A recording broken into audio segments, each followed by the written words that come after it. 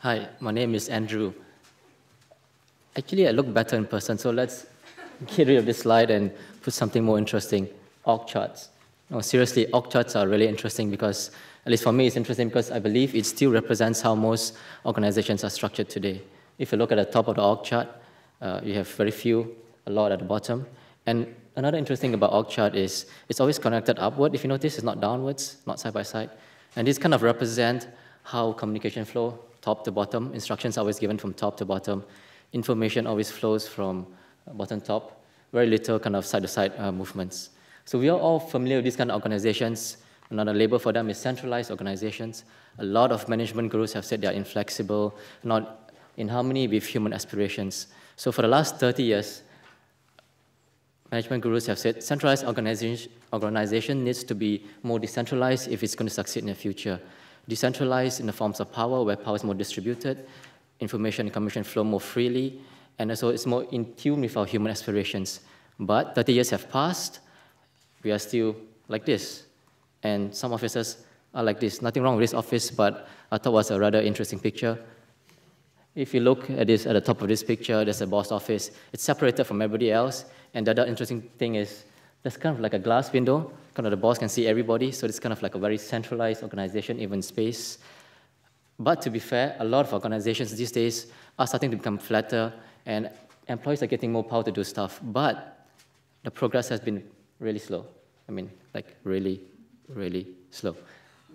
Except for the film industry. Film industry is kind of interesting. They're made up of flexible web or network of actors, directors, producers, and others. And they come together, make a film, disband, and regroup in a different fashion.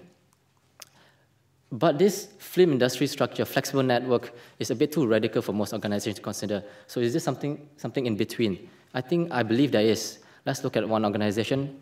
Alassi is a product design company, and they make beautiful products. So you would think that they will have a product design capability or product design department, but actually they don't.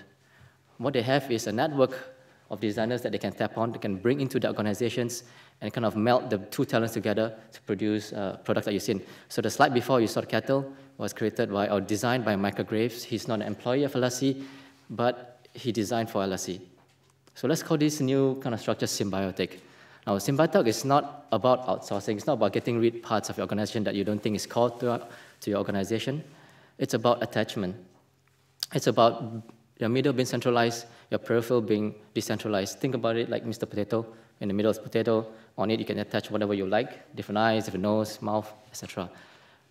Symbiotic structure is about mutualism. This is a picture of a shark, and if you notice, on it is a small fish called Remora.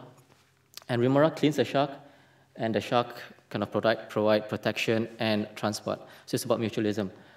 Symbiotic is about collaboration, but it's not about just handshake kind of collaboration. It's a deeper collaboration, a more personal collaboration.